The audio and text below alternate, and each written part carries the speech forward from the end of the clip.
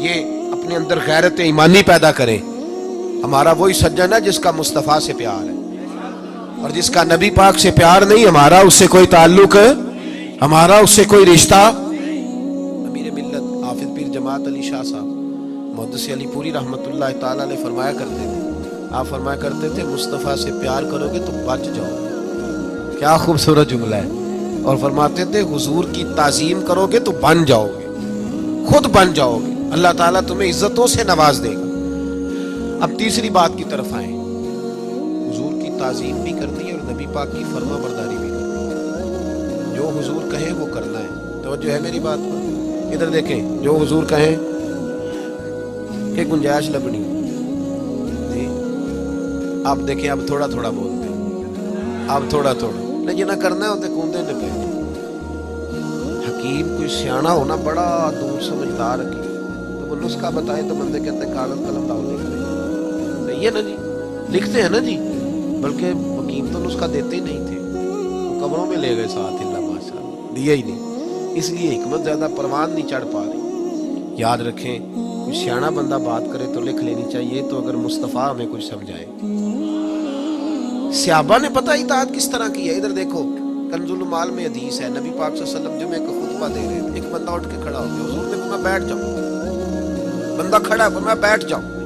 مطلق حکم ہے، نام نہیں لیا کسی کا. بیٹھ جاؤ. ایک بندہ کھڑا تھا، بیٹھ جاؤ.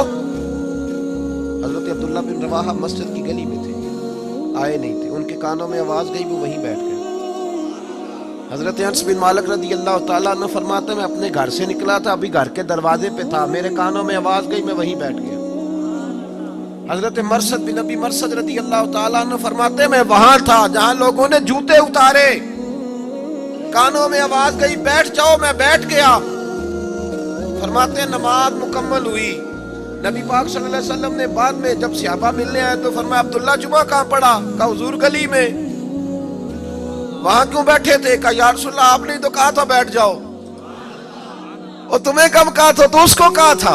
انس تم کہاں تھے؟ یا رسول اللہ گھر کے دروازے پہ. کیوں؟ حضور آپ نے تو کہا تھا بیٹھ جاؤ. نبی پاک صلی اللہ علیہ وسلم نے فرمایا مرثد بن ابی مرثد تم کدھر تھے؟ حضور وہ کونے میں جگہ ملی وہیں تھا. وہاں کیوں؟ حضور آپ نے کہا تھا بیٹھ جاؤ. میرے محبوب نے فرمایا میں نے تو اس سے کہا تھا.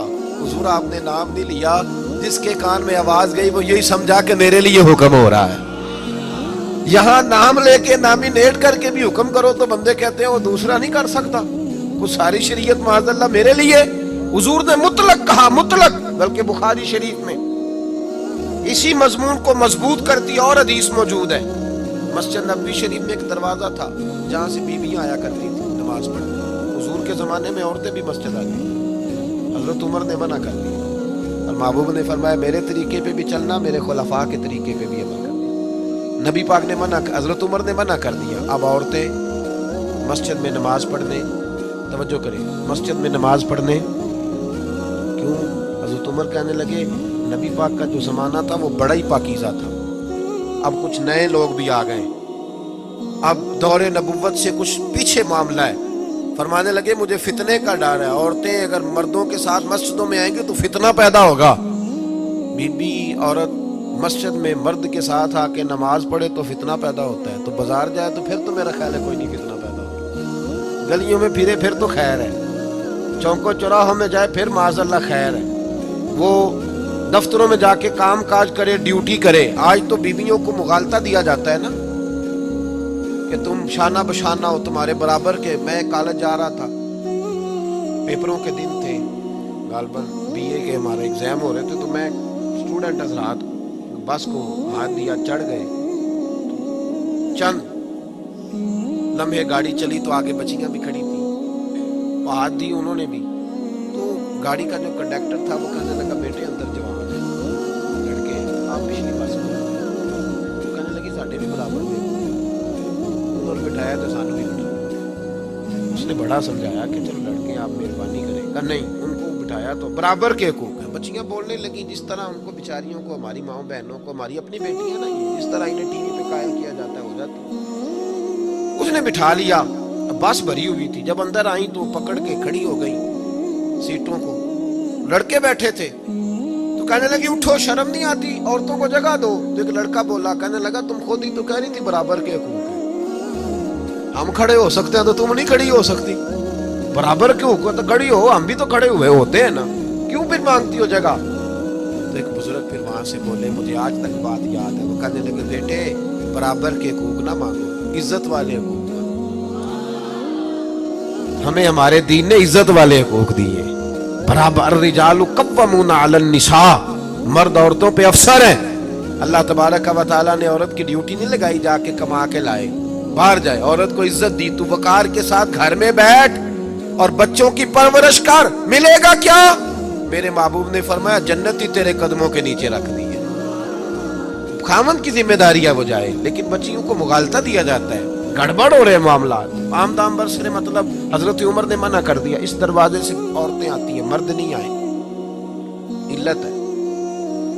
نبی پاک صلی اللہ علیہ وسلم کے زمانے میں بیویاں آتی تھی تو مرد اس دروازے سے نہیں گزرتے تھے. نبی پاک نے منع کیا بھی یہاں سے نہ گزرنا, یہاں سے عورتیں آتی ہیں. توجہ ہے نا میری بات پر.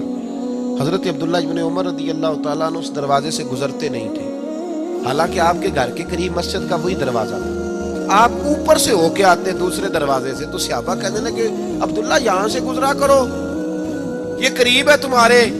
تو حضرت عبداللہ ابن عمر رضی اللہ تعالیٰ عنہ فرمانے لگے نبی پاک نے منع کیا تھا اس دروازے سے گزرنے سے, میں نہیں گزروں گا. انہوں نے کہا وہ تو اس لیے کیا تھا کہ عورتیں گزرتی تھیں, اب تو نہیں گزرتی.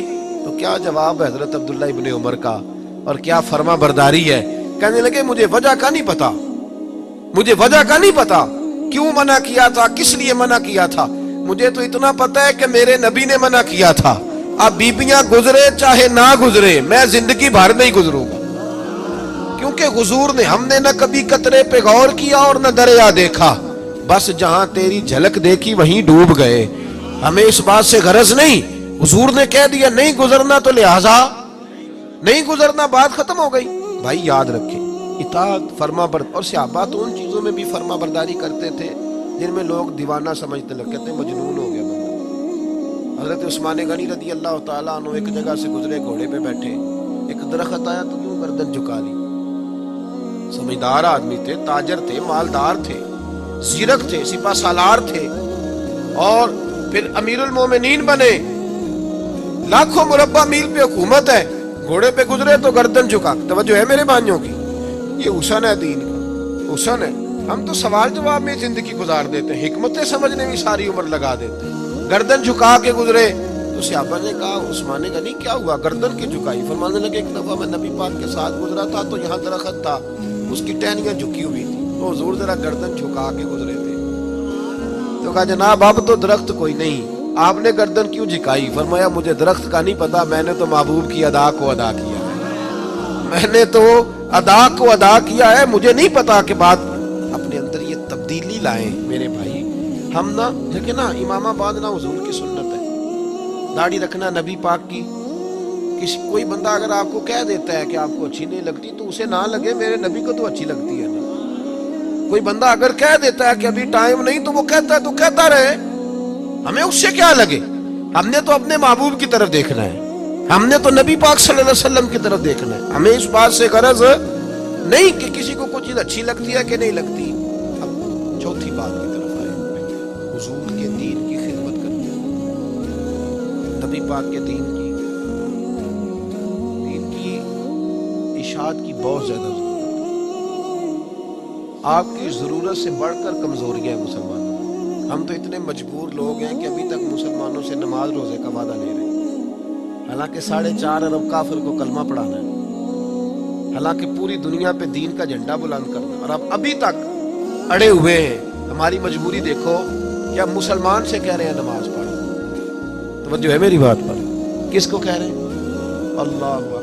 مسلمان اعلیٰ حضرت فاضل بریلوی رحمۃ اللہ تعالیٰ علیہ کے والد گرامی تھے مولانا نقی علی خان صاحب رحمۃ اللہ. آپ کے حالات میں لکھا ہے کہ ایک شخص نے نا, آپ کی ایک حویلی تھی تو اس نے کہا 2-4 دن میں نے استعمال کرنی ہے, چابی دے دو. آپ نے اس کو چابی دے دی, وہ استعمال کرتا رہا. کچھ 2-4 اندر درخت لگے تھے, اس نے کاٹ دیے. آپ ایک دن گئے تو فرمایا درخت کدھر گئے؟ اس نے کہا جی وہ ذرا ضرورت تھی تو میں نے کاٹ دیے, سین کھلا. فرمایا میری زمین تھی, مجھ سے پوچھا ہی نہیں. یہ کہا رونے لگ گئے. 2 منٹ کے بعد رو پڑے. اس نے کہا جناب یاد کیا ہے؟